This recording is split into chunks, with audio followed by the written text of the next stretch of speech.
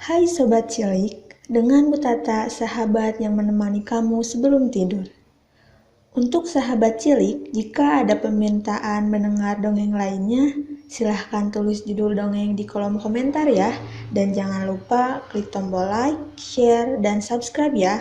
Selamat mendengarkan. Pangeran Elf Elgir yang proaktif. Dahulu kala, tersebutlah sebuah kerajaan elf yang indah dan makmur. Kerajaan ini diperintah oleh Raja Elfor yang sangat bijaksana.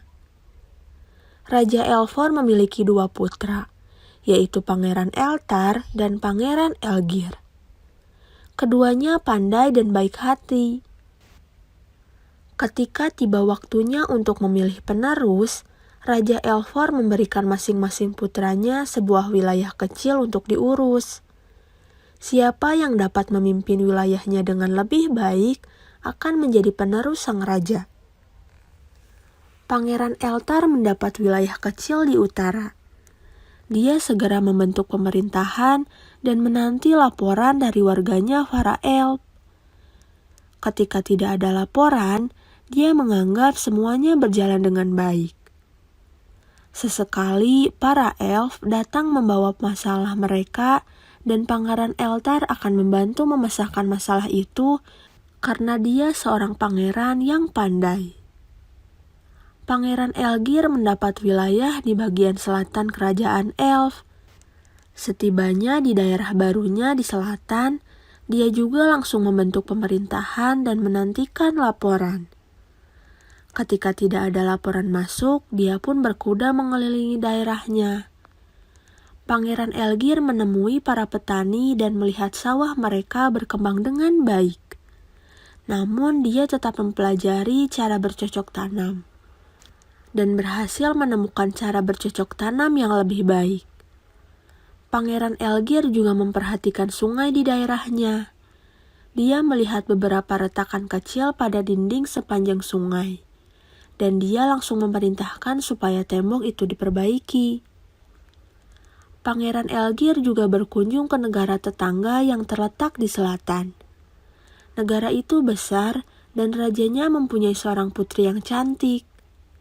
Pangeran Elgir mengirim bunga kepada sang putri dan menunjukkan cara bercocok tanam yang baru diciptakannya kepada raja.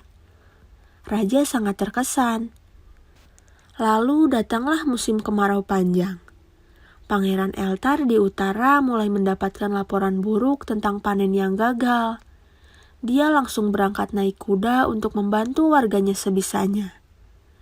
Namun situasi yang berbeda terlihat di wilayah Pangeran Elgir.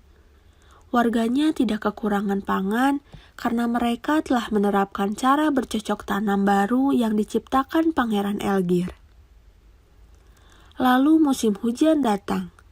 Pangeran Eltar di utara menerima laporan tentang dinding sungai yang mulai runtuh. Dia segera berkuda ke sana dan sebisa mungkin membantu rakyatnya mengatasi masalah itu. Daerah Pangeran Elgir untungnya tidak terlalu terkena pengaruh banjir karena dinding sungai yang lebih tinggi dan lebih kuat yang telah mereka bangun sebelumnya. Lalu Pangeran Eltar diserang oleh negara tetangga di utara. Walaupun Pangeran Eltar gagah berani, dia hampir kalah. Raja Elfor mengirim pasukan untuk membantu putranya. Pangeran Elgir dengan dibantu raja dari selatan juga mengirimkan bala bantuan.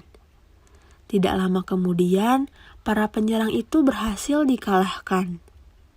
Setelah itu, Raja Elfor memanggil kedua putranya kembali ke istana. Pangeran Eltar mengakui adiknya berhasil memimpin dengan lebih baik. Raja Elfor pun menganugerahkan mahkotanya kepada Pangeran Elgir.